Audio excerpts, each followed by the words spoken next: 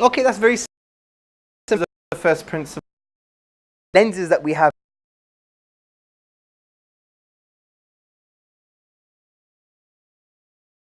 Consciousness or subconsciousness is identical to physical. Section it says they've on the brain, area in the brain that is, there are neurochemicals firing when someone's having a coffee. It doesn't prove that subjective experience is what's happening in the brain. There's just a correlation, because neuroscience is a study of correlations. In order for you to say it's identical, that this stuff happening in the brain is the same as me having a coffee, you have to believe in a first principle, which is they are the same. That's it. You have to adopt the first principle. And that's why in the philosophy of the mind, they have a massive discussion on how to understand what it means to be human, consciousness. They have a massive discussion on physicalism, reductive physicalism, eliminative materialism, panpsychism, which is very spooky, yeah? Even electrons have proto-primary consciousness, yeah? Like an electron can fall in love. Oh, wow.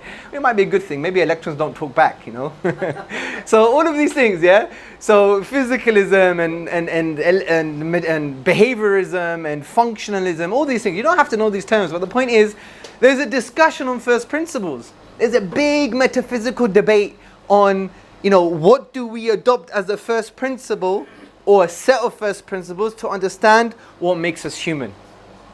So the same stuff like electrons have their own, a mind of their own and stuff like that? Yeah, they say a lot of things, bro. Okay. For me, these are just God replacements. Yeah, basically. Yeah. But for them, are all these discussions purely science? But the thing is, there is no them. See, that's the problem. There is no them, actually, right? I'm not trying to, I know, we know there's haqq and batil, yeah, and all this, we know that. What I mean by them, Allah says people are not the same. Surah Al-Imran, verse 113, yeah? People are not the same. There are categories of people, but people are not the same. So even when it comes to secular philosophy, they're having these debates. There is no them. We only think it's them because sometimes, unfortunately, we get duped by what's happening online. There's like one major voice and narrative. Even amongst the atheists, there's no them. For example, my professor when I did my MA of philosophy, who ran the school, was Professor James. Professor James is an expert on Nietzschean philosophy, and he's such a good professor. He became a professor without writing a book, which is very rare. To become a professor in the UK, you have to write a book. He didn't write a book, yeah? We had lunch. Such a loving, nice guy. He said, look, the reason I'm an atheist is because my son's disabled, right? And I can't reconcile this. So he had a problem with evil emotive argument. But he hates the neo-atheists to the point he wanted to do a video with me to say why atheists shouldn't listen to neo-atheists. There's debates, right? And this is a crude example to show that there is no like kind of monolithic them from that point of view. And especially when it comes to these ideas, because you have physicalists, you have people who don't even believe in physicalism, but they're atheists still. Like Professor David Sharma's, he believes in panpsychism, that you have physical stuff in the universe and you have non-physical stuff. That you have electrons of consciousness and stuff like that. So, I get your point. So the thing is, there's first principles in consciousness, there's first principles in neuroscience, there's first principles in science. Right, let me give you another sphere of knowledge. Politics. What's the first principle of politics? Who could find one? Justice. Yes, but in what way? That justice just exists? It's the purpose of government. The purpose of government is to establish justice. To establish justice. Okay, yeah, fair enough, maybe. Justice is a first principle. Sanctity of life. Sanctity of life, that's the first principle. What about freedom? Freedom and distribution of wealth. Okay, here's a question. Is freedom instrumental, meaning, is it a means to good ends? Do you need freedom in order to achieve something good? Or is freedom good in and of itself? Hurriya. Well, let's discuss this. It depends on the definition of, by freedom, do you mean Freedom, not being coerced. Well, so then, what's the point of having the police force? There's no government then.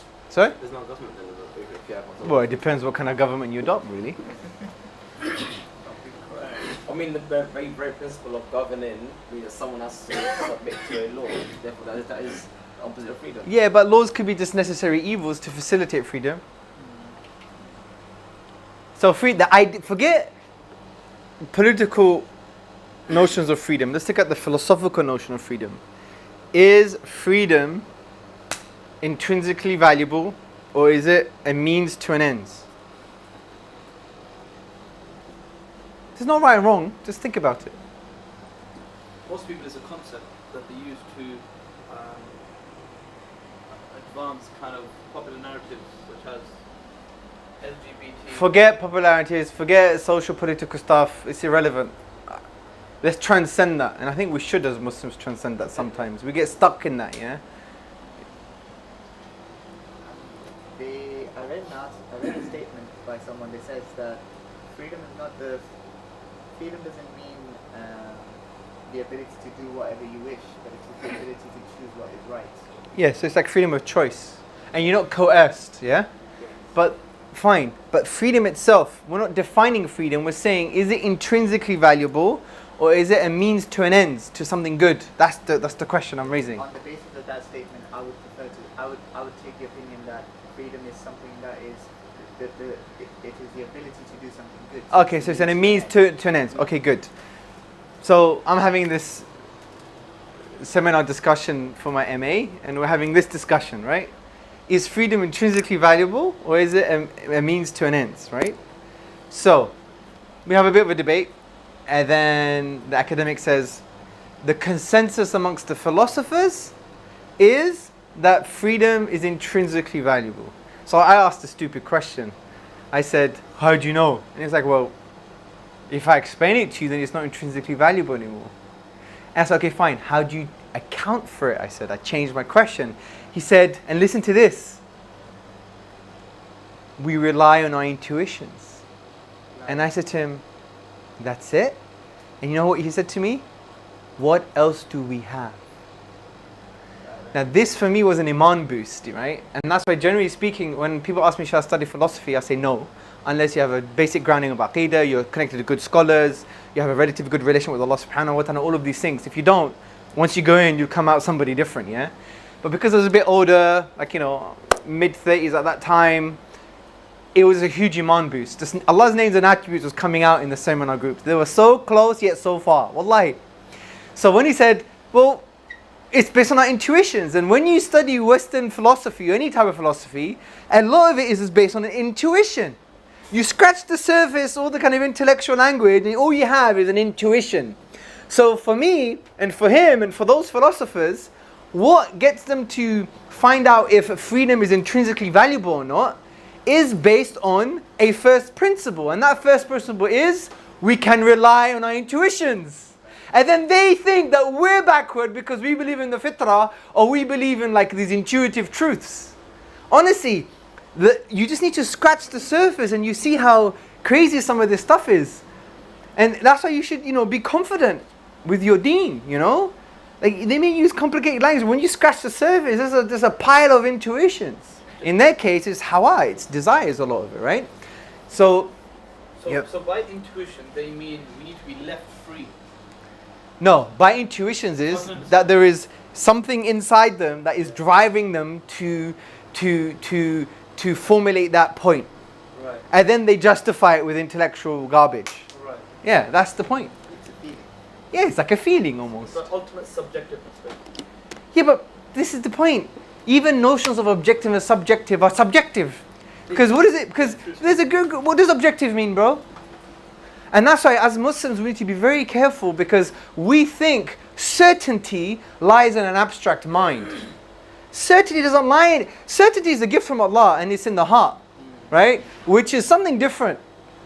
But we think, no, I have to be certain, bro, because if 1 + 1 must equal to 2.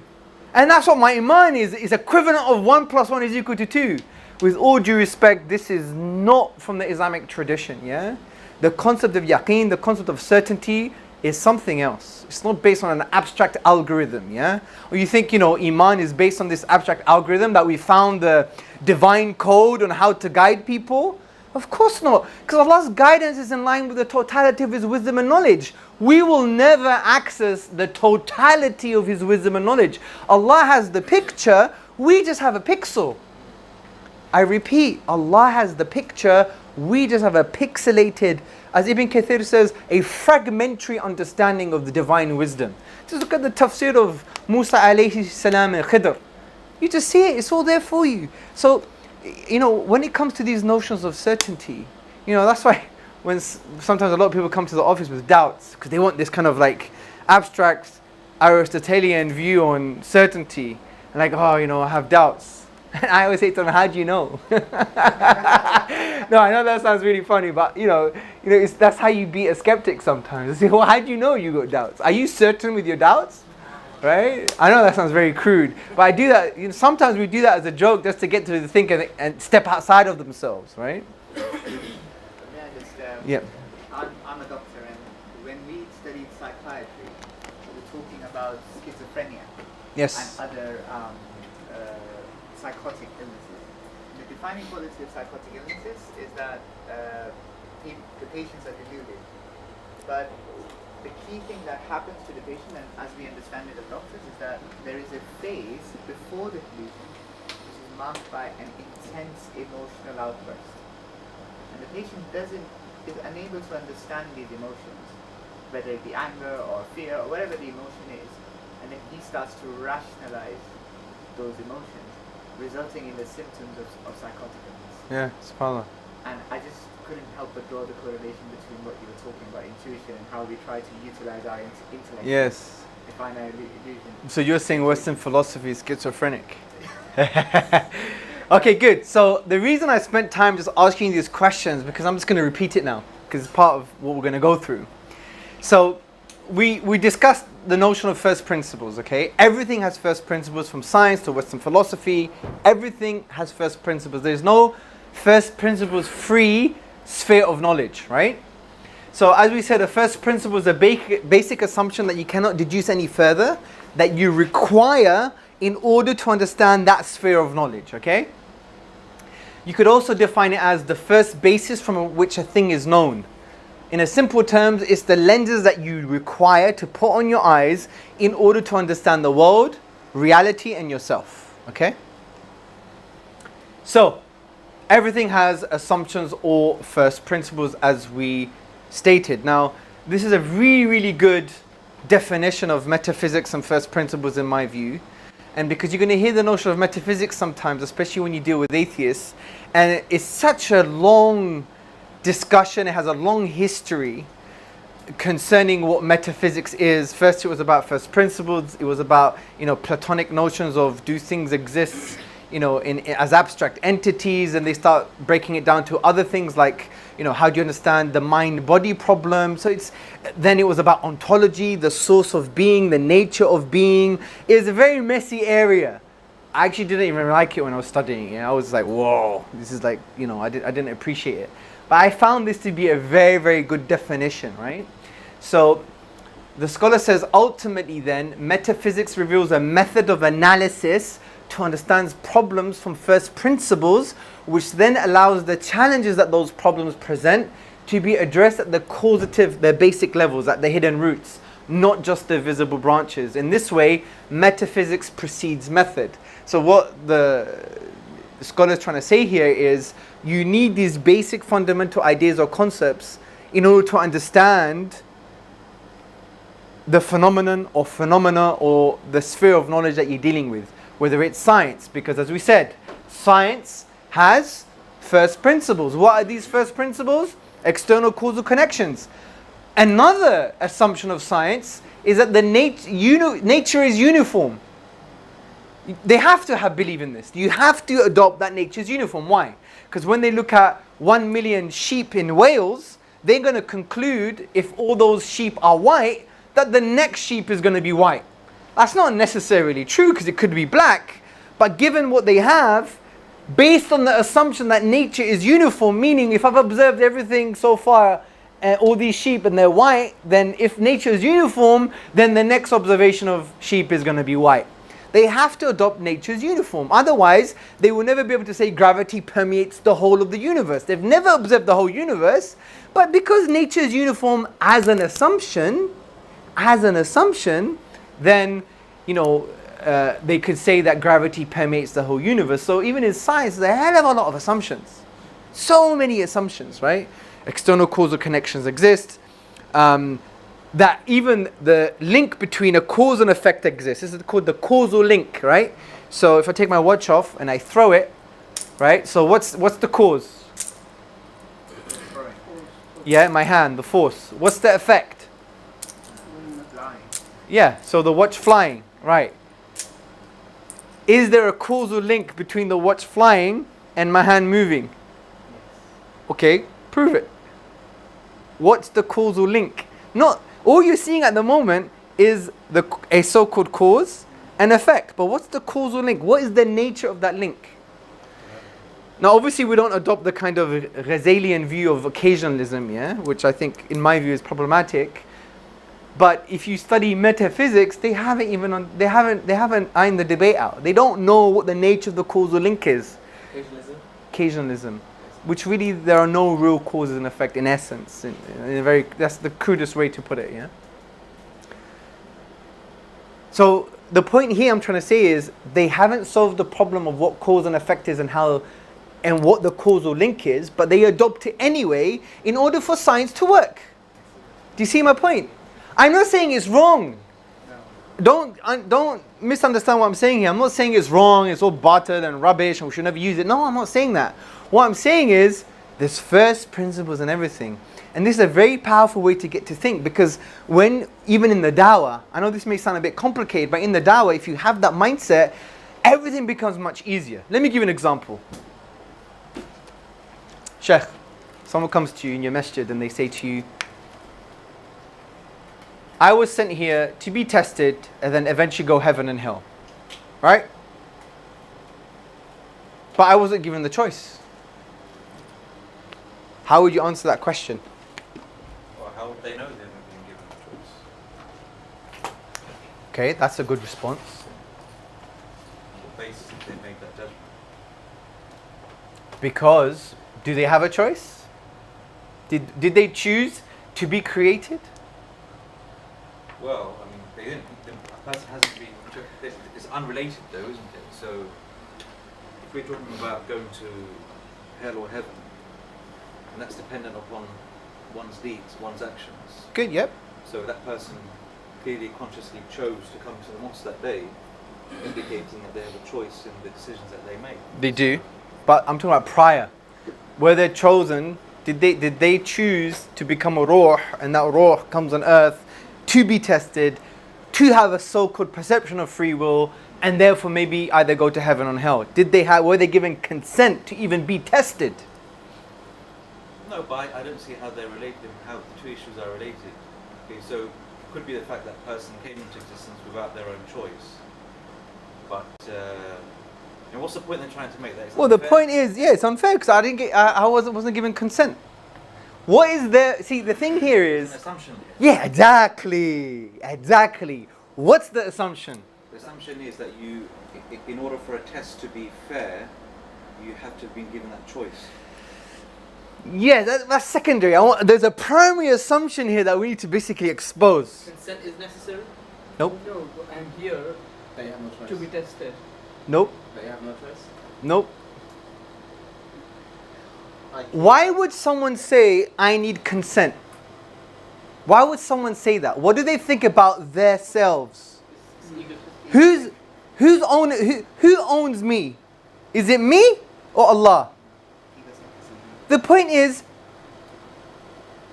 they think that Allah has a moral obligation to give you consent because they think that they are separate, as they're not khalq. The khalq is connected to the khaliq, al-khallaq, right? Because Allah owns them. He could do whatever He wants with you. He's not under any moral obligation to ask you whether you think it's okay to go on earth to be tested. Because they have the assumption of self-ownership, not only politically but ontologically, meaning their very being is owned by themselves. That's not our worldview. This is actually a contradiction to rububiyyah. So all you got to say to them is, well, here's your assumption, and I could show why that assumption is false. And therefore you don't need to answer the question. It changes the paradigm of their thinking. Because the assumption is, I own me, so I'm an autonomous individual, therefore I should have been given consent, When I make Lego, I don't ask the Lego, do you want to be a car or do you want to be a castle? I goddamn do it. I own it. It's mine, right? Do you see the point? Similarly, Allah subhanahu wa ta'ala owns you. Right? He created you. You don't have ownership from that point of view, yeah? In that kind of metaphysical point of view. And that's one of their key assumptions, because they think, I should be given consent. Allah is under no moral obligation to give you consent because He made you. He can do what He likes with you. And I think it's more powerful. It might not be convincing in the beginning, but it's powerful because it has a spiritual effect as well. Because that notion will break the ego. Because when you understand there is a Rabb in your life and that He actually created you and owns you, what does that do about yourself? You believe that you're not self-sufficient anymore. You have humility. You understand there's a bigger plan and picture for yourself and all of these things, right? Is this a first principle as well? I.e. a person... Yeah, it could be about themselves, but I don't want you going now to them and saying, hey, everything has first principles, that's the first principles, and this is metaphysics. No, you don't want to engage with people that way. But the whole point of understanding these basic concepts is because sometimes we address the question, but they will never understand it unless you really deal with their first principles. Because first principles could be wrong. There are better first principles than other first principles. For example, when we do the philosophy of science the next few days, we're going to go through something called philosophical naturalism, which basically means there is no divine, there's no supernatural, everything can be explained by physical processes. That's a philosophy, it's a lens, it's a first principle that they use to understand the world. That's why many people are atheists, because they adopt this first principle without any evidence. Which means there is no divine from the beginning. I don't care what evidence tells me, there is no divine. They already closed the door, right? So, I think the art of basically dealing with some of these questions is actually the art of dealing with people's first principles. Yeah. So to round it off, basically, it's like, a person says, I wasn't given consent for this test. You say to them, at the end of the day, your Lord, if you believe in the Creator, owns you. You don't own yourself. He can do whatever He wants. Yeah, He's under no moral obligation to give you consent for this issue. So, and when we talk about neuroscience, freedom, what about logical reasoning? Look at these necessary truths, right? This is called a deductive argument, okay? A deductive argument is where the conclusion follows from the premises, okay? So, all bachelors are unmarried men. John is a bachelor, therefore John is an unmarried man. There is no other conclusion here. It's called a necessary conclusion, meaning there is no other possible conclusion. This is the only conclusion you can have, which is different from an inference. An inference, you can have different answers, right? So, let's repeat. All bachelors are unmarried men. Number 2, John is a bachelor, therefore John is an unmarried man. It necessarily follows, okay? Now, there are logical relations between these premises, right? In order for this to necessarily follow, there is a relation between the premises and the conclusion, right? We cannot prove that there's a necessary logical connection there. If you use the empirical world, if you were just a kind of crude empiricist and you had to observe things for them to be true, you'll have to deny all logic. That's why many empiricists are not crude empiricists anymore. Although a lot of atheists are online, but a lot of them reject hardcore empiricism because they'll have to deny mathematics itself and basic logical relations. Can you see the logical relation in play? Can you take it, hold it and say, hey, here's a logical relation. I found the connection between the premises and the conclusion. It's here. No, it's not. Do you see the point? It's something happening in our minds that's not connected to anything physical. Yeah. And then they say to us that, there's no divine. Everything can be explained by physical processes. Really? You can't even explain logic itself, the thing that you so-called use to deny God in the first place. It's self-defeating. So that's like a first principle too, that logical connections exist. In logic, you have first principles all the time. Especially when I was doing my exam for logic, and I hate abstract thinking, yeah? And you just have to write these, the existential quantifier and all these crazy symbols, and I'm really bad at math. I had to just trick myself and say, right, these are rules of the game. They've made them up. Because I used to find it very difficult to even do logic, because I would ask the question, well, why is that rule true?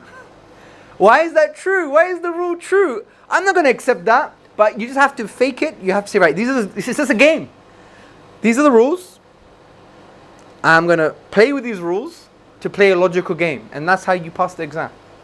But if you ask the question, why? If you ask the questions that Ibn Taymiyyah asked, then it'll be game over. So you know the book Radd al-Muntaqin? Yeah, beautiful. Is that basically what you're saying here? Yes. So, but see, Ibn Taymiyyah didn't reject logic, by the way. Yeah. Yeah, because people think, oh, he reject logic. No, that's just you won't have usul if that's the case. Yeah, your fiqh is out of the window. Bye. Yeah. So, but he rejected the way it was used, and the metaphysics of the whole of logic. Yeah, and that was one of his greatest services, I think, to the ummah. That book, brilliant. It's translated in English as well by Wael al-Khalaq. Yeah. Apparently he wrote it from Dhuhr to Asr. In the prison he was asked a question and he wrote that book from Dhuhr to Asr. Yeah. I don't know how true these stories are, but yeah. That story exists for Aqidah Wasatiyah. Yes. He was asked and then he wrote it in prison between a certain time span. SubhanAllah. About Radd al-Muntaqin. Okay, it might be the other one. Yeah, maybe I got it confused. Absolutely. Most of his books are like that. So Yeah, it alhamdulillah. was the answer for the fatwa for. Yeah, absolutely. I didn't know that book was a refutation of Ghazali's book. Al-Mantiq. What was it? Logic in the Quran. I'm not sure which one it was, but I think Radd al-Muntaqin was a direct answer to Ghazali. Some references. I think the answer, yeah. Coherence of the Philosophers, yeah. Sure. So What's the translation called in English? The Radd al-Muntaqin? it's called, I think it's called Ibn Taymiyyah and the Logicians, I think. Is that a complete translation? No, I don't think so. You can find it online as well. You want it? I forward it to you. So what we're going to do, we're going to have a 5-minute break, and then we're going to discuss what our first principle is. And we're going to go into the fitrah, and what the fitrah contains, and how that affects the da'wah, and how it affects the way we should be speaking to atheists. Because sometimes, unfortunately, we've created a wrong narrative in the da'wah that reason is the only way to awaken someone's fitrah. In actual fact, reason is the only way to conviction. But we're going to show that there are so many ways to awaken the truth within. And they don't have intrinsic value. There are means to an ends. Sound, rational arguments, getting people to think, positive experiences, negative experiences even, spiritual experiences, all serve as a means to awaken what's already within. Okay? So it's 5-minute break, and then we're going to discuss, put everything together so you get the point now. So we become more intellectually and spiritually mature, that when we speak to someone and someone gives a crazy philosophical question, that we don't answer it. So I don't answer questions anymore hardly. Only a fool answers all the questions. Allah doesn't even answer all the questions. Because sometimes a question is an ayah, it's a sign, it's a qarina, it's an indicator of something coming, something happening spiritually, not intellectually. Like when I met someone in my town, they said, oh, I saw your debate, but I'm still an atheist. You know, from experience you get to know this. I said, how's your parents, bro? And his face dropped. He talked to me how Islam was dark and gloomy because of his parents. But you only can get to those conversations if you understand the human being as the human being is. He's not just an abstract aql. He's not an abstract computerized functional model. Rather, he has a ruh, he has a qalb, he has a nafsiyah, he has a fitrah. And this is how we must understand the human being. So don't be under any illusion that just because you got a question, it requires an intellectual answer. It could be a sign of something else. So when we go through the design argument, you see this. When the atheist says, yeah, but there could still be a chance. What does that mean about him? You think it's an intellectual argument? Really? They're going to give the chance argument in front of Allah on the Day of Judgment? You think that's going to be enough? Really? Really? Yeah? Where they raise the bar for knowledge so high when it comes to Allah's existence, but there could be a minor chance He doesn't exist, right? But for everything else in their life, business, getting married, work, life and death, insurance, everything, the knowledge bar is here. But when it comes to Allah, it's over here. Why the gap? Why the inconsistency? You think the inconsistency is because of an intellectual argument? Come on, we need to be intellectually and spiritually more mature. It's because something's wrong with him. They don't want to worship Allah. It could be ego, it could be experiences, it could be you. It could be that they don't like Muslims because we don't smile. Right? Or whatever. Do you see my point? So this approach changes fundamentally everything, the way we deal with the dawah. Yeah? But we'll explain further in 5 minutes, inshallah, okay? Let's make it a British 5 minutes in the 1800s. Okay? Not, okay. Jazakallah khair. I will see you in exactly 5. 5, inshallah.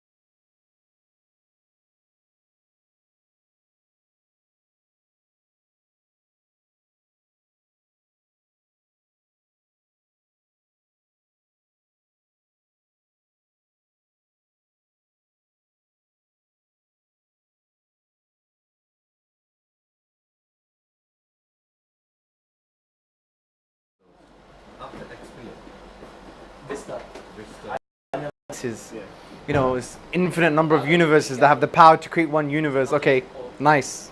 Names and attributes of Allah coming out here. Yeah. Even in the philosophy of the mind, you have something called panpsychism. An eternal, uncreated primary form of consciousness. Okay, do you see the point? So a lot of these things are good replacements. Desperate attempts, really, because when the Big Bang was discovered and it was known that the universe is expanding, they were so upset, the atheists. Of course it did, yeah. Equations to make the universe constant. Yeah, absolutely. So much these equations is so desperate for a constant universe. Yeah. Okay, Bismillah, we're going to start. So, what's our first principle? In the context of truth, dawah, and all of the things that we're going to be talking about in the next couple of days, our first principle is the fitrah. Now, as you know, the word fitrah comes from the triliteral stem fatara, which have words like fatrun and fatrahu, as if something has been created within us to acknowledge Allah's existence and the fact that He deserves praise. We have the hadith from the Prophet sallallahu alaihi wasallam in Sahih Muslim, where the Prophet sallallahu alaihi wasallam said that every child is born in a state of fitrah, and then, as you know, his parents change him into something else. Many of the ulama say society, there is a socialization that changes the fitrah or clouds the fitrah. We also have ayat in the Quran, chapter 14, chapter 30, when Allah says, can there be any doubt about God, creator of the heavens and the earth? This is what the Anbiya would say. Also, Allah says, adhere to the fitrah of Allah, which He had created all people. So from this point of view, there is a indication that there is a fitrah, and within the fitrah there is form of knowledge. Call it primary knowledge, call it proto knowledge, term it how you wish. The point is there is something there. Obviously there's a massive discussion, a spiritual discussion on what's in the fitrah and what is fitri. That's not our discussion today. It's a very basic discussion on what is contained within the fitrah. And generally speaking, the ulama discuss 2 or 3 things. The 2 things that they discuss is knowledge of Allah's rububiyyah, the fact that He's the master, sole sustainer, creator of the universe, and the fact that He deserves praise. As you know, in the hadith of the Prophet ﷺ, when they would hear the adhan in nearby towns in the dawn, right, at dawn, and they would hear the adhan and it would basically, start off by saying, Allahu Akbar, Allahu Akbar. The Prophet ﷺ would say, this is fitrah. And then when they continued the adhan, he would say, this is Islam. Right? So the fitrah from that point of view could be seen as that, primary knowledge that Allah deserves praise. Takbir, Allah deserves praise. And praise is a very primary key form of worship. Okay? So these are the 2 things. Another thing that is also mentioned, and this is mentioned by the student of Ibn Taymiyyah, Ibn Qayyim al-Jawziyah, he basically mentions also moral knowledge is fitri. There is the common moral denominators, certain things that we see in the cosmos as objectively good or objectively bad. We can't recognize everything as objectively good or bad, but there are some things, and you can see this cross-culturally, I call it the moral denominator. Things like injustice, things like killing innocent people, things like stealing something that doesn't belong to you, right? Those elements of objective morals are contained within the fitrah as well. Notwithstanding, that's irrelevant to our discussion. What's relevant is the 2 main aspects that we spoke about, which in the fitrah is knowledge that Allah exists, and number 2, that He deserves praise or worship. This is in the fitrah. What happens in the fitrah, as we have discussed based on the hadith in Sahih Muslim, the fitrah gets clouded. That's a nice way of putting it, right? The fitrah gets clouded. So the aim of the du'at is not even to convince. The aim of the du'at is to help uncloud people's fitrah. That's our role. And the question now is, well, what unclouds people's fitrah? So, in the previous point, you had something in brackets, different opinion. What does that mean? About basic morals. Okay. Some agreed with that, some didn't agree with that, yeah? So, how do we uncloud the fitrah? Now, before we get into that, let's just summarize. So, Islam's first principle from this point of view is that the way we understand the world and ourselves is through the lenses of the fitrah, if you like. There is a fitrah, the human being within them has a fitrah, and it has primary knowledge of Allah's existence and the fact that He deserves praise. So when giving dawah, we know that rational arguments are not an end. They're just a means to awaken the fitrah, to uncloud the fitrah, so the truth within can shine through, right? And it may mean that rational arguments may not work anymore. Because it's true, how many people do we know that rational arguments to them is irrelevant? For them it's experiential stuff. I want to experience it. It happened to me. I knew Islam was true, but I didn't become Muslim. I had to experience the sajda, right? The sajda. That's what I had to experience. As Iqbal the poet once said, this one sajda that you find too difficult frees you from 1,000 sajdas. Allahu Akbar, yeah? So, the ultimate aim of the du'at, of the dawah, of outreach, of conveying Islam with compassion is to awaken the truth within. I know this sounds like Yoda from Star Wars, yeah? But it's so true. I used to have a picture of Yoda, by the way, yeah? with a lightsaber and saying, awakening the truth within. But alhamdulillah, because we have a more mature crowd today, we removed that picture. So, awakening the truth within. In other words, awakening the fitrah. That is the goal of the du'at. And why is it important? Because you have the correct first principle, you have the correct understanding of the human being that you're engaging with. They're not a computerized functional model. Right? They're not a computer. They're not an algorithm. They're a human being, not a human doing, a human being, right? Which includes that they have a fitrah, a ruh, a psychology, a nafsiyah. That's the human being. So address the human being. But when we talk to people in the dawah, when we engage with them, we're addressing robots. How many times have we seen an atheist come up to a Muslim and say, I'm an atheist, my name is John. And the atheist starts talking about cosmological argument, Big Bang, and the atheist thinking, so what? And then he walks away. And we will never have realized that the only reason he's an atheist because he doesn't understand why his mother passed away when he was 3 years old. Because we think everyone is like a computerized, computer functional model, yeah, that you give them an algorithm and iman comes through. And this approach makes sense of the concept of hidayah in Islam, guidance in Islam. Where's guidance from? Who controls it? Allah. And what's the nature of Allah from His names and attributes point of view? He's maximally perfect. His names and attributes are perfect. They have no deficiency and no flaw. Allah has the totality of knowledge and wisdom. That's hidayah is based on that. For you now to think, I got the right rational argument, what does it assume? That you now have broken the divine code. You're arrogantly saying, I know Allah's wisdom. Right? And that is a huge problem. That is a huge problem. And, it's like almost like a God complex from a dawah point of view. Oh no, bro, this is the best argument in the world. No, it's not. No, it's not. It could be useful. It's not intrinsically valuable per se. It's a means to awaken the truth within. It's not an end in itself. Yes, there are some arguments that Allah says this is the conclusive argument, this is the greatest argument. Good. We agree. But why? Because this would be enough to awaken the fitrah. Right? So, I like to use this model, okay? So the fitrah is here, as represented by the heart. It doesn't mean the fitrah is in the heart, by the way. Some ulama say the fitrah is in the ruh. One of the evidences they use, and it's not a direct evidence, it's a tadabbur, is basically the hadith of Adam alayhi salam and the ruh going inside the body. It came out of his nose, and what did he say? He sneezed and he said, Alhamdulillah, praise. What did he learn to praise? So the indication here is, that proto knowledge was in the ruh itself as containing the fitrah, because as we said, the fitrah is knowledge that Allah exists and that He deserves praise, worship. So Adam alayhi salam, when his ruh came out of his nose, he said Alhamdulillah. Some argue that the ruh is in the fitrah. Whether that's right or not wrong is irrelevant, but I thought I'd just add it in there just for you guys to think about it. So the fitrah gets clouded. So it clouds the reality that Allah exists and that He deserves praise. What can uncloud the fitrah though? Look what can uncloud it.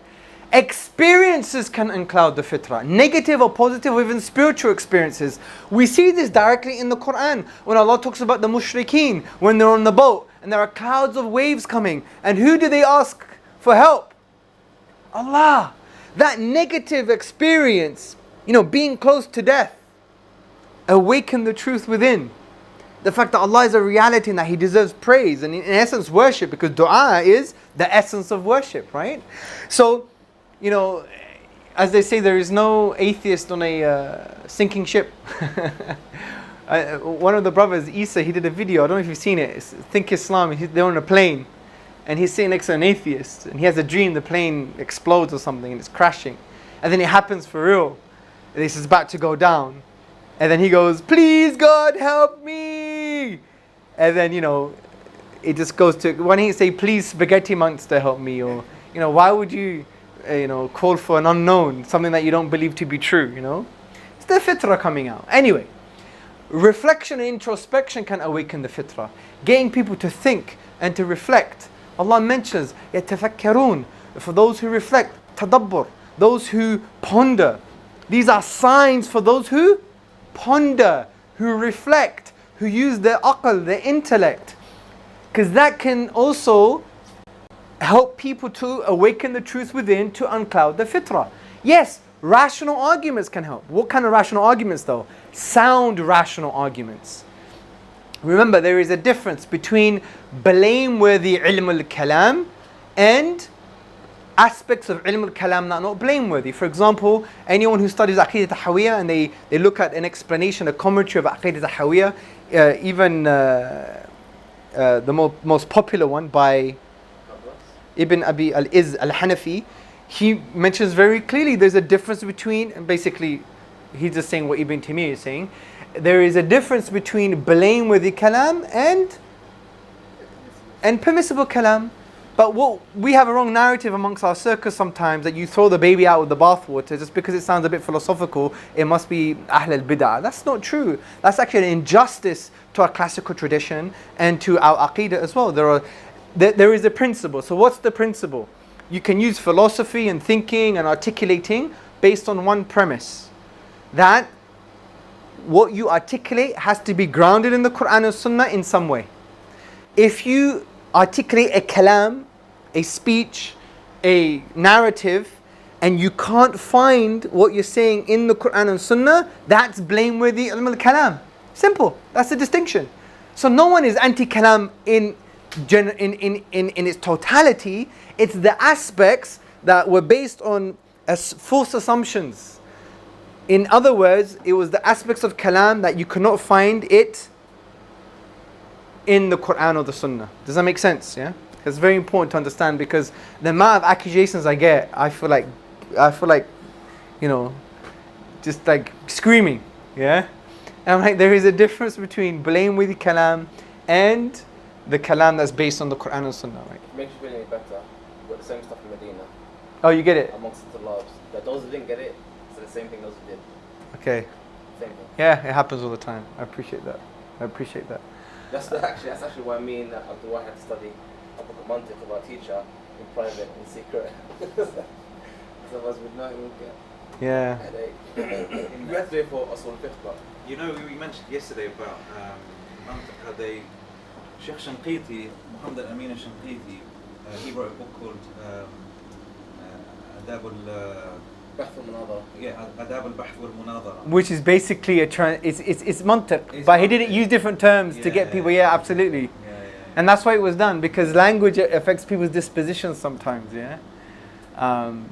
But yeah, so that's a very important point to make, especially amongst our circles and stuff in the dawah, that debate is happening, and unfortunately it's still there. But it's good because it means people are sincere, they want to preserve the tradition. So you look at the good motivations behind why people are coming across that way.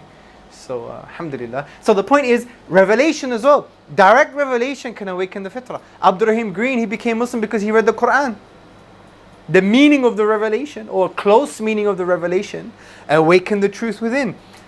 There was a person who was an alcoholic and he read some hadith in a hadith booklet. He became Muslim. It changed his whole life. Hadith did what Alcoholic Anonymous couldn't do, right? And that was enough to awaken the truth within them. But we don't know what's going to uncloud someone's fitrah. But why do we always focus on this? It's an intellectually and spiritually immature way of dealing with a human being. Obviously, through experience, and these things are experiential, you get to understand what someone may need. For me, usually the questions they ask you or the way they reject your initial arguments is an indicator on what else you need to use. For example, if you give someone like the Quranic argument for God's existence, right, based on chapter 52 verses 35 to 36, I think that's the most powerful argument. It should awake anyone's fitrah. Now, if they turn back to you and say, okay, well, sounds good, but what was God doing for eternity before He created you? Now, for me, and based on my experiences, I'm like, I'm not going to intellectually engage with him anymore. You're falling for the trap. Because do you really believe that question is actually stopping him from believing in Allah? Really? Because if you ask yourself, if I don't answer the question, does it really undermine your argument? No. So why answer it? Understand that there is a spiritual, psychological motivation behind that question. So what do? Let me buy you some pizza, bro. Engage with them. They might just need some love. Wallahi. Honestly, they might just need some brotherhood. How many brothers became Muslim because of brotherhood? Right?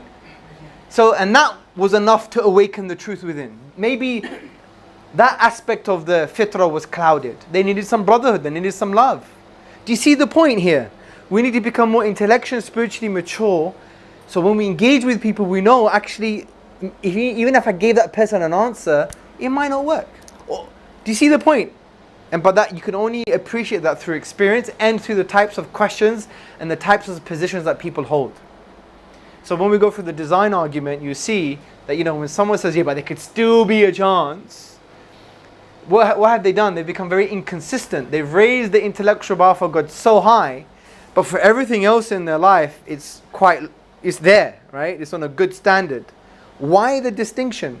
And why only for God it's one criteria, or intellectual criteria, or epistemic bar, if you like, but for everything else is down here?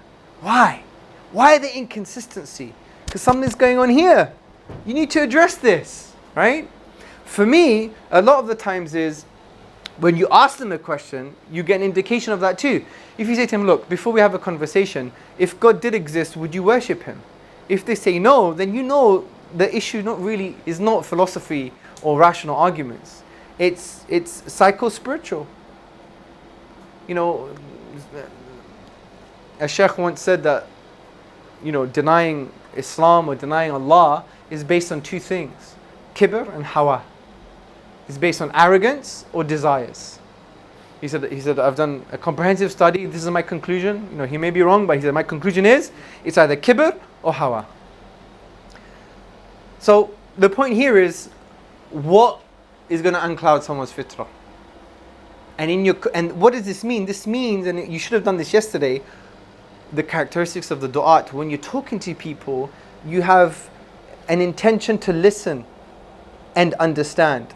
Do we ever have an intention to listen and understand when we're speaking to people? We are usually manufacturing responses before they even finish their question or what they're saying.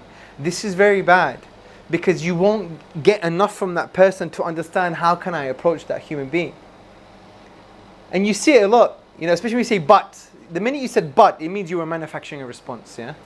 So when someone's talking to you, I know it's very hard to do, but have the intention to listen and understand, whoever it is. So if you have the intention to listen and understand, what they say and how they come across can really help you how you engage with them.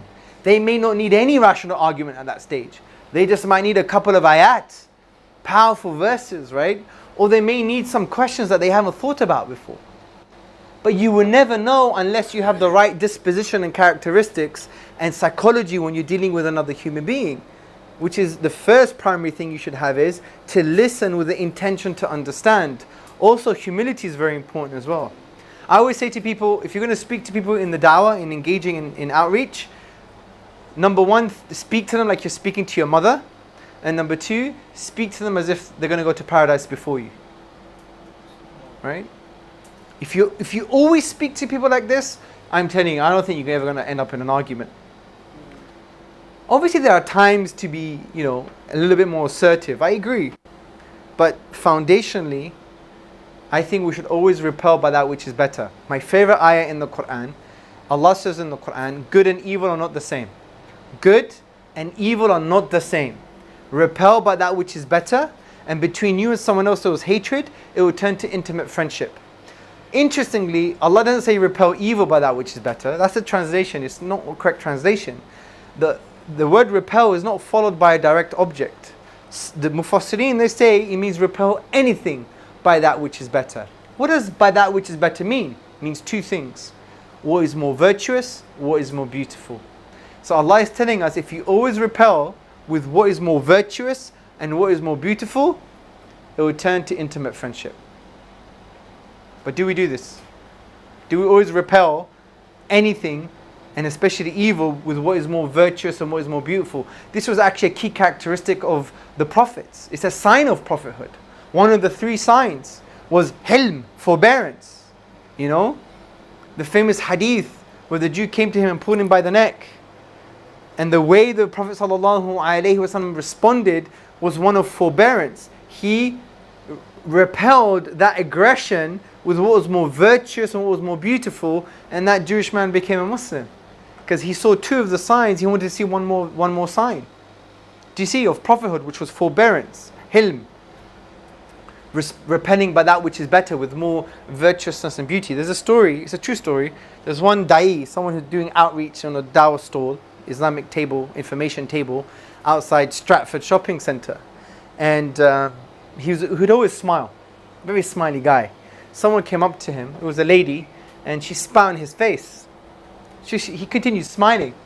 Got some tissue out, smiled and wiped the saliva of his face and kept on smiling, and took another tissue and gave it to her because her own saliva was like dribbling on her face. She's shocked, she walks off. After a couple of weeks or months, she comes back, she becomes Muslim. After a few months or something, they got married. So I always say to sisters, the good advice is, if you want to get married, spit on him first. But the point is, it's a true story to show that if you repel anything but that which is more virtuous and beautiful, look at this, it's like Quran in action. Not only does she become Muslim, but they get married. So it was hatred in the beginning. He repels by that which is more virtuous and what is more beautiful. She becomes Muslim, which is the greatest gift she can ever receive. And then he receives another gift as well in the dunya, which is a wife. Alhamdulillah. Do you see the point? These are true stories. Try it. But sometimes we're so aggressive sometimes. Izzah man, izzah for the deen, honor for the deen. People conflate honor with the deen with their ego. It's so easy to do, isn't it? You just use Islamic garb and language just to justify your kind of state and your condition. Yeah, akhi, izzah for the deen. Oh really? It was the last time you cried for Allah, or you tolerate some harm for Allah subhanahu wa ta'ala. Right? And now you're coming like a big boy, yeah? Come on. You be like that when it's required. Yeah? Not because someone says something because they're genuinely ignorant, or because they genuinely don't know, or because you come across as if you've got an ego problem and they're just reacting to your state of being. Come on. Do you see the point? We need a little bit more emotional intelligence when it comes to these things. So, anyway, the point here is there are various things that can awaken the fitrah. And that changes everything in the dawah. So when you're engaging, especially when it comes to atheists, like when I was writing my book, right, I was thinking to myself, what would be enough? Because I could have went down crazy academic lengths on the nuances of physicalism, Brian Law's phenomenal concept strategy, which is, you can't even find it online hardly. That's how it's very, very kind of deep academia, philosophy of the mind stuff. But I didn't mention it. Why? Because I said that's one blameworthy ilm al-kalam, almost, is bordering that. And secondly, it's irrelevant. So what? So what? Brian Law has a phenomenal concept strategy. Michael Tai has a new formation of that strategy. Big deal. Does that undermine your argument? No. So I was thinking to myself, what would be enough, just from a rational point of view, to awaken the fitrah? Anything further is unnecessary. And if you need further stuff, for me, it's an indication they need maybe positive experiences with a Muslim. Maybe they need to experience Islamic spirituality. I'm a true believer. Some brothers don't agree with this, but I agree with this. Get people to pray before they become Muslim. I think it works. And tell them, speak to your Lord in sajda, in prostration. And it works. I was in Canada. Someone came in, he wanted to become a Muslim, or he was thinking about Islam. He said, come join us in prayer. It was Dhuhr time, I believe. He said, when you're in prostration, you're closest to your Lord, speak to your Lord. He did Dhuhr, spoke to his Lord, came out, became Muslim. I believe that even doing some Islamic spiritual practices can have the effect of awakening the truth within. But we don't use that. We don't use a lot of this stuff. Generally speaking, we just use this. Right? Yes? You know, I've also realised that a lot of the, from my experience, a lot of the reverts that kind of stay for the long haul, it's generally because of their humility. And we find that the ones who will accept Islam and stay are the ones who aren't always convinced by rational arguments, but the ones who have that, intellectual humility, knowing that I am the slave, he is the master, and they admit to themselves that it's not about getting everything right, knowing everything, but about being submissive to Allah. Well, that itself is the greatest intellectual position to have. Absolutely. Because you realize who you are, you realize who your Lord is. That is the summit of rationality. That's why, especially in our secular culture, people really don't like. They call it weakness. Well, they call obedience weakness. Yeah. Well, You see all these comments on YouTube. and I'm like, you point the finger. You got 3 fingers pointing back. Not only are they pointing back, but they've taken your eyes out. Yeah. Obedience to Allah is the greatest form of rationality. It's the height of rationality. You submit to people all the time. When you go to a doctor and you give them your symptoms, you didn't study 10 years, you don't know nothing about medicine, but you submit to the authority. You take the medicine, you put it inside you, and you get better. When you're on a plane, you don't know nothing about the physics of turbulence. Like when the pilot says on the plane, we're going to experience severe turbulence, buckle up, right? You buckle up and you make dua. You don't arrogantly do a moonwalk on the aisle, yeah? You get me? Do you do that? No, because you submit to the authority, because you know that they're an authority, albeit a limited authority, but they're an authority. So if we could, as teachers and medical practitioners and lawyers and doctors, we submit to their authority. We have an obedience to their authority. So what does it mean about obeying Allah, who's the ultimate authority, who has the totality of wisdom and knowledge? We need to revive this, because they see it as something very weak. What are you talking about? You do this all the time, and to authorities that are not ultimate. We're doing it to the ultimate absolute authority. And that's the point. We need to, change these ideas in our culture to make people realize this. Dr. Elizabeth Fitrah, she's an epistemologist. She says, look, given my limitations as parametric, meaning I have my own limitations, I'm not going to know everything. I have to submit to the authority of other people. Do you see the point? It happens everywhere. So you just show it to them, Anyway, the point here is, I want you to focus the discussion not on some kind of theological treatise on the fitrah. It's not. It's about understanding that there are first principles, okay? So there are first principles in everything. First principles are concepts or ideas that cannot be deduced further, that you require and are essential to progress in knowledge and to understand yourself and reality. Everything has first principles. Science, as we discussed, has first principles. Neuroscience has first principles. Politics has first principles. We said everything has a kind of core idea, core concept, core position, or set of principles, or a principle that is required in order to progress in that particular sphere of knowledge, or that is necessary for you to understand yourself and the world around you. We talked about the world being external to our minds. We talked about external causal connections. We talked about the nature of the causal link. We talked about the nature of the mind-body problem. All of these things. These things have first principles at play. Now, some first principles are better than others because they're more coherent. They coherently explain things better. And you could have a discussion on what first principles best explain reality or allow you to progress in knowledge. So we discussed Islam's first principle is based on the fitrah, and understanding that properly changes the way you articulate Islam to other human beings.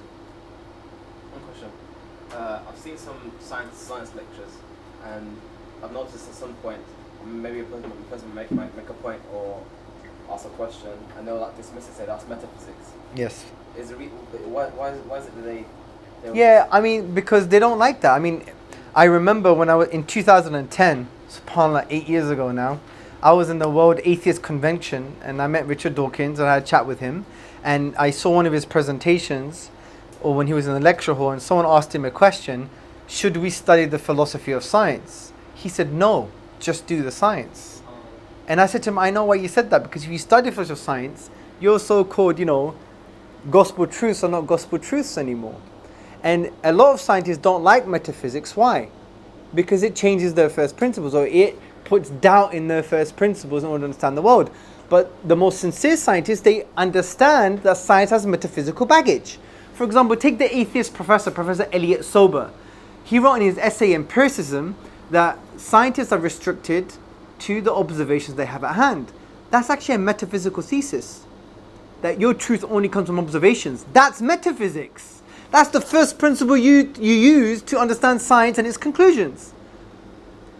Do you see the point here? So the reason they deny first metaphysics or first principles, because it would basically actually, it would make them more humble, I think. But most scientists, especially the academics, they know this, and they're very humble and they appreciate this. That's why they say, we're not philosophers, we do the science, but we understand that we have a lot of philosophical baggage too, right? And that's why even in the philosophy of science, you have a debate between the realists, the anti-realists, and the instrumentalists. Basically, the realists are those who say that well-confirmed scientific theories are a representation of the state of affairs. The anti-realists say no, well-confirmed scientific theories are not a representation of the state of affairs, meaning they're not truth, but they're approximations of truth. There's been debate for years. Now they all agree, one point at least, which is well-confirmed scientific theories can change. Even if they believe well-confirmed scientific theories are a representation of the state of affairs, they still now agree it can change. Obviously, someone who's dogmatic with science and a pseudo-academic, and he just runs his mouth on YouTube, he's gonna be like, no, metaphysics is rubbish. But no, scientists don't say that. They understand that science, if you study the method of science and the philosophy of science, it has its own first principles too. Some are debatable, some are not debatable because we're absurd to debate them, and then we move on as a human species and we progress. Do you see the point? So don't let them get away with it when they say, oh, that's just metaphysics. Okay, and so what? And your point is? So you're saying you don't need first principles to understand science? Of course not. Well, then just educate them. Compassionately educate them, because we need to do that. We need to educate people that you got a whole lot of first principles that you didn't even know about. And they exist. And we have them too. But our first principles can only explain ourselves and the world around us, especially the fitrah. Now, by the way, the fitrah argument is not an argument to give to a non-Muslim, hey, you have a fitrah, you already believe in God, bye. No. It's for us as a metaphysic, as a first principle to understand how Islam teaches us to see ourselves and the world around us and other people, and how therefore we should engage with them. So we could use different ways to awaken the truth within. Combine the ways, focus on one and the other, all depending on how that person is and who that person is and your experiences with that person. I want to mention this point. I think it's very important. For me, it's a spiritual point. It's about the majesty of Allah subhanahu wa ta'ala. And this has not much to do with what we're saying, but I just want to make you think about it. Think about the greatness of Allah. His transcendent majesty, right? Now what's very interesting is this. Who the hell are we that we think we could prove His existence? I even think that position itself is arrogant. Don't get me wrong, we have arguments. We have good positions that can awaken the truth within. But who do we think we are that we can prove His existence? He is so majestic, so transcendent, that the only reason we can prove His existence if He put it inside us in the first place. That's the point. And that's what the ulama say. Allah's existence is not proven, it's discovered. Allah's existence is not proven, it's discovered. It's discovered because Allah already put it within you. And if He never put it within you, who the hell do you think you are? You can prove his existence. Do you see my point? It's a spiritual point, but I think it's a very powerful point for us to understand as well, because and plus this is based on if anyone studies Aqidah Tahawiyah, this is what's mentioned. It's all there for us to understand and read. Alhamdulillah. So, any final questions? Does everyone understand now? The reason we put this in the beginning of the more advanced stuff is to set the correct scene. Because you see, when we start discussing some of this stuff, when Sheikh Fahad talks about Fitrah, when he talks about self-evident truths, when he talks about the implications of atheism, he may be saying to you, hey, this is enough to awaken the Fitrah. If something else is required, then it's an indication they need something else. Maybe a bit of love, maybe some spiritual experiences, maybe there needs to be something else in place to awaken the truth within. It's not just this rational argument. It's just a means to an end. It's not an end in itself. We may need to use something different. Yep. But isn't this part of the problem where the whole idea that atheists nowadays, they reject the whole concept of metaphysics, right? It doesn't filter down from the sincere scientists down to the kind of general atheists and population, especially the ones you see on YouTube. Yeah, there is a gap between Western academia and the popular world. It's not. In some cases, it filters down. In some cases, it doesn't. That's why the British government, they developed this program called Impact, where professors and philosophers and academics will have an impact on society and trickle down what they'd study in the ivory towers into the world. But society is not that simple, bro. People who hold the power, people who have the loudest noise, they shout the most. People who seem more popular, there's more people behind them, or there's more voices. Usually, are seen as the ones who are right, which is not always the case. And it's good to see even the British government try to do something with the program called Impact. I don't think it worked though, but at least they tried. Let's filter down what's happening in academia into the social space. But it's not really happening, and just the loudest voices sometimes win, or the ones with the most likes and followers. Yeah. But we even do but we have the same problem. The door swings both ways. Oh, he's a sheikh, bro. He's got 250,000 subscribers. Yeah. Isn't it a really sad time that people have 100,000 of likes and they have no background or learning, or they may have, but not as much as a sheikh. And some sheikh has 100 likes or 100 followers. This is the word. That's part of that tradition, though, isn't it? To remain unknown, kind of thing. Well, yes and no. Yes and no. I mean, you're usually known after your death. Yeah, that's better.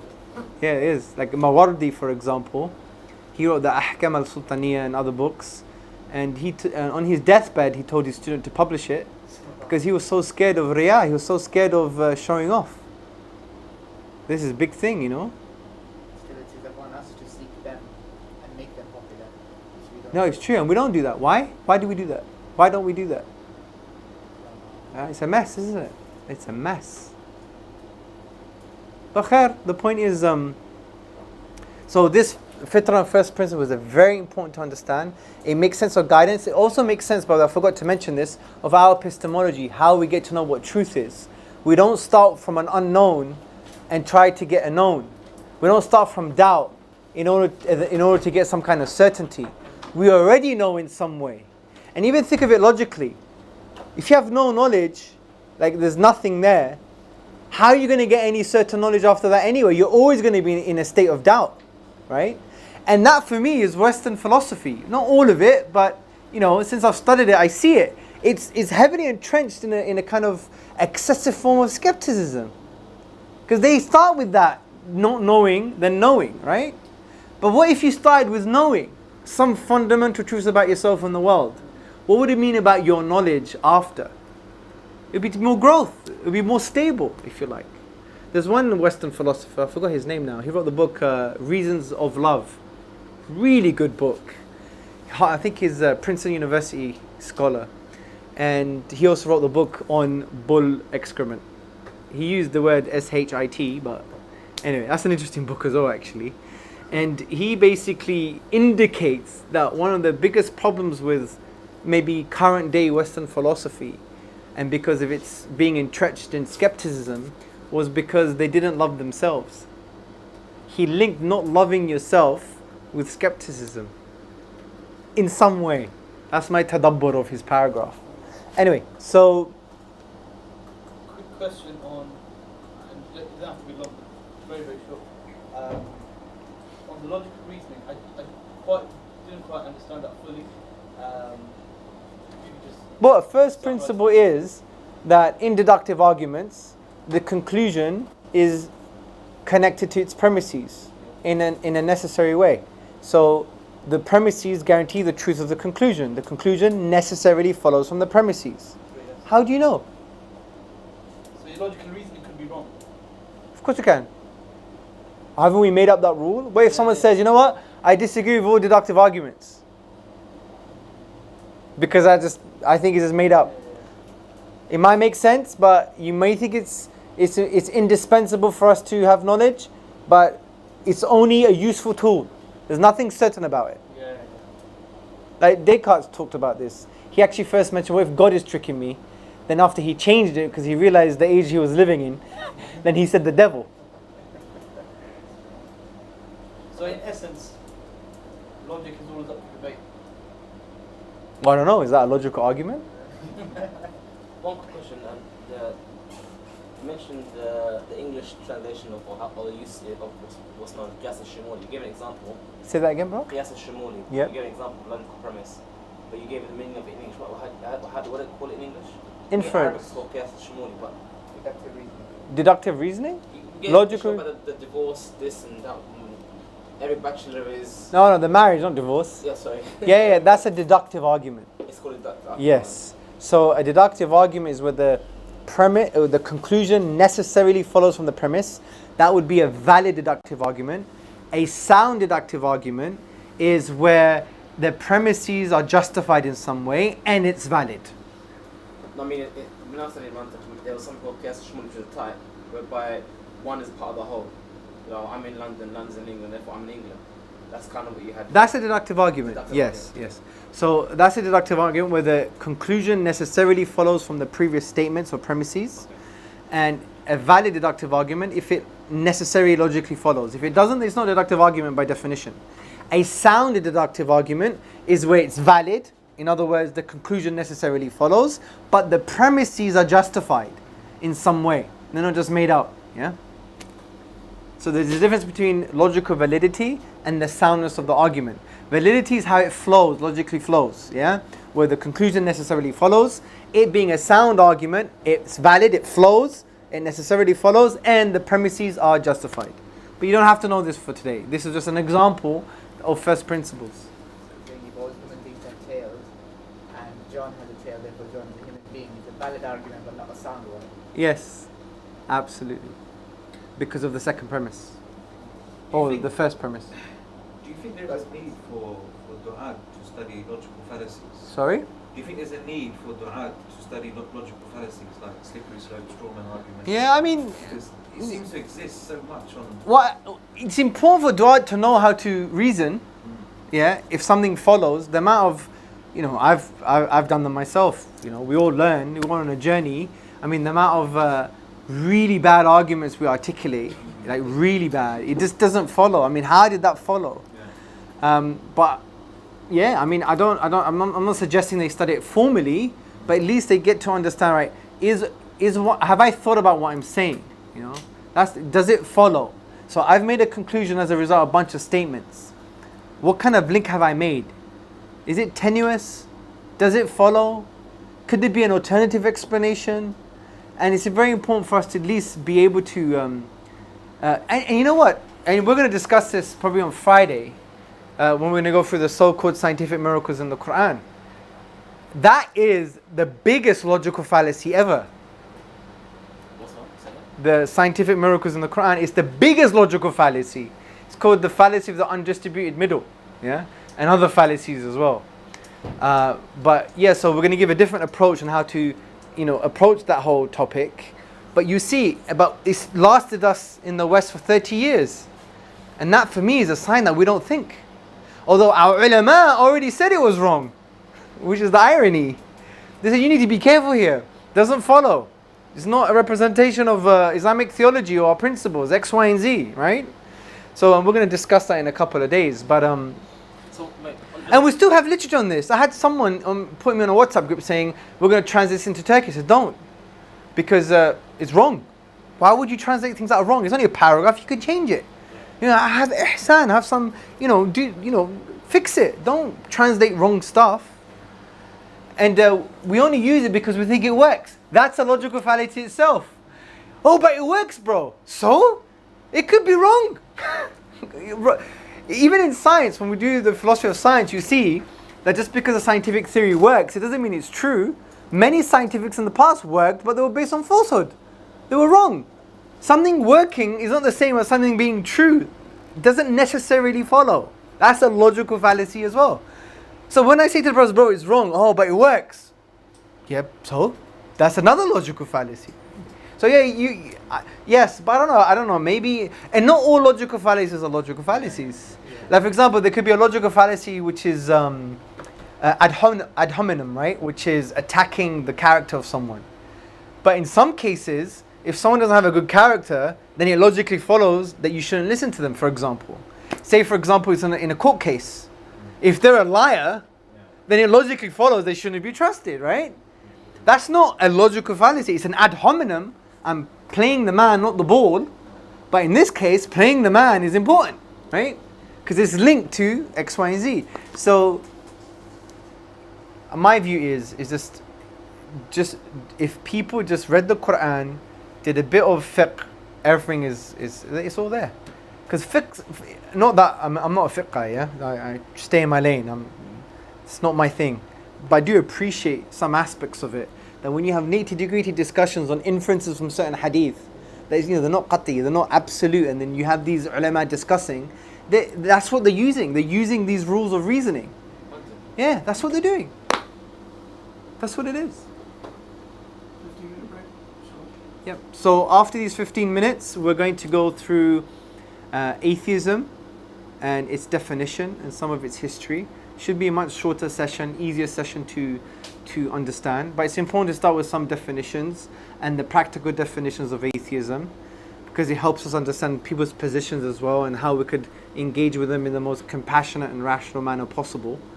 So, and even if you have more further questions about the first principles, we could address it in the next session as well, because it's a little bit more of a shorter session. Okay? Jazakallah khair. See you in 15 minutes.